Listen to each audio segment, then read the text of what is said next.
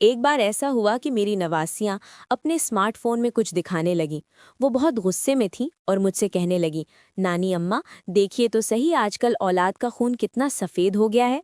मैंने मोबाइल की स्क्रीन पर नज़र डाली तो वहाँ मेहरान यूनिवर्सिटी के साबिक वाइस चांसलर की बेवा के यतीम खाने में इंतकाल की खबर लिखी थी।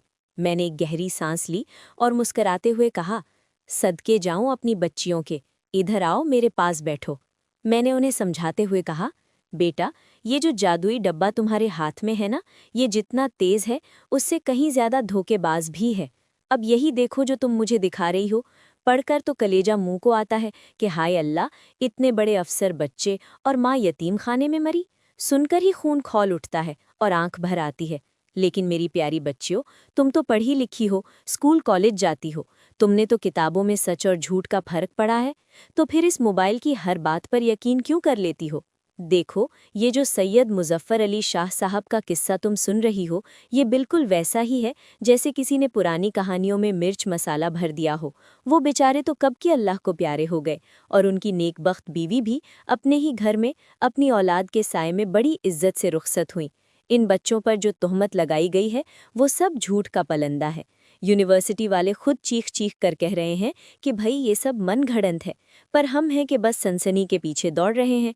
देखो बेटा, याद रखो, किसी को नसीहत करना या अच्छा सबक देना बड़ी नेकी है, लेकिन क्या किसी मरे हुए इंसान के खानदान पर झूठा बहतान लगाकर नेकी कमाई जा सकती है? हरगिज़ नहीं।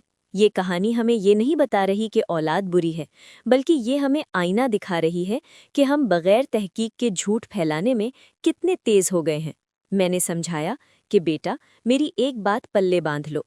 अगर कोई खबर बहुत ज़्यादा सनसनीखेज लगे और तुम्हारा दिल उसे सच मानने को तड़पे, तो वहीं रुक जाया करो। अगर तुम तहकीक नहीं कर सकती कि ये सच है या झूठ, तो इसे आगे कभी न भेजो। सोचो ज़रा, अगर वो सच हुई तो उसे फॉरवर्ड करने से तुम्हें कोई पहाड़ जितना सवाब नहीं मिल जाएगा, लेकिन अगर वो झूठी निकली तो जब तक वो तुम्हारी भेजी हुई पोस्ट दुनिया में घूमती रहेगी, तुम्हारे नामाए आमाल में गुनाहे जारिया लिखा जाता रहेगा। ऐसा गुनाह जिसमें कोई लज्जत भी नहीं और बोझ बहुत ज़्यादा है। इसीलिए मोबाइल फ़ोन की हर बात को सच न समझो, अक्ल इस्तेमाल करो और दूसरों की इज्जतों को यूं व्हाट्सएप और फेसबुक की भेंट न चढ़ाया करो। अब जाओ, अपने लिए भी चाय बनाओ और एक कप अपनी बूढ़ी खाला